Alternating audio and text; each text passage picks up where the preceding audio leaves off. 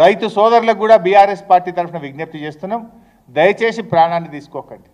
దేవుడు మనను బతకడానికి ప్రాణం ఇచ్చిండు తప్ప మనం ప్రాణం తీసుకోవడానికి మనకు జన్మనివ్వలేదు. ధైర్యంగా ఉండండి, మేమున్నాం. ఈ ప్రభుత్వం మెడలు వంచి ప్రతి రైతుకు రుణమాఫీ చేసేదాకా బీఆర్ఎస్ పార్టీ మీ పక్షాన పోరాడుతుంది. ప్రాణాలు మాత్రం తీసుకోవద్దు, మీ కుటుంబ సభ్యులను అనాథలు చెయ్యొద్దు అని చెప్పి కూడా నేను రైతు సోదరులందరికీ రాష్ట్రంలో విజ్ఞప్తి చేస్తున్నాం. ధైర్యంగా ఉండండి, తప్పకుండా మీకు జరిగే విధంగా మేము పోరాడతాం. మీరే మాకు ఈ బాధ్యత ఇచ్చిండ్రు.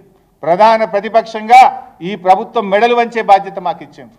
ఈ ప్రభుత్వాన్ని ప్రశ్నించేటువంటి బాధ్యత మాకు ఇచ్చిండ్రు. తప్పకుండా ప్రశ్నిస్తాం, తప్పకుండా మీ తరఫున పోరాడతాం. ప్రాణం పోయినా సరే మీకోసం పోరాడుతుంది బీఆర్ఎస్ పార్టీ. ఆనాడు ప్రాణాలు తెగించేదాకా కేసీఆర్ కొట్లాడిండు, తెలంగాణ తెచ్చిండు.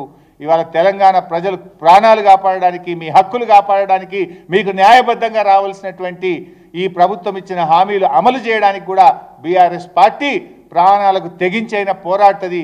మీరు ధైర్యంగా ఉండాలని చెప్పి కూడా రైతు సోదరులకు నేను ఈ సందర్భంగా పిలుపునిస్తా ఉన్నాను.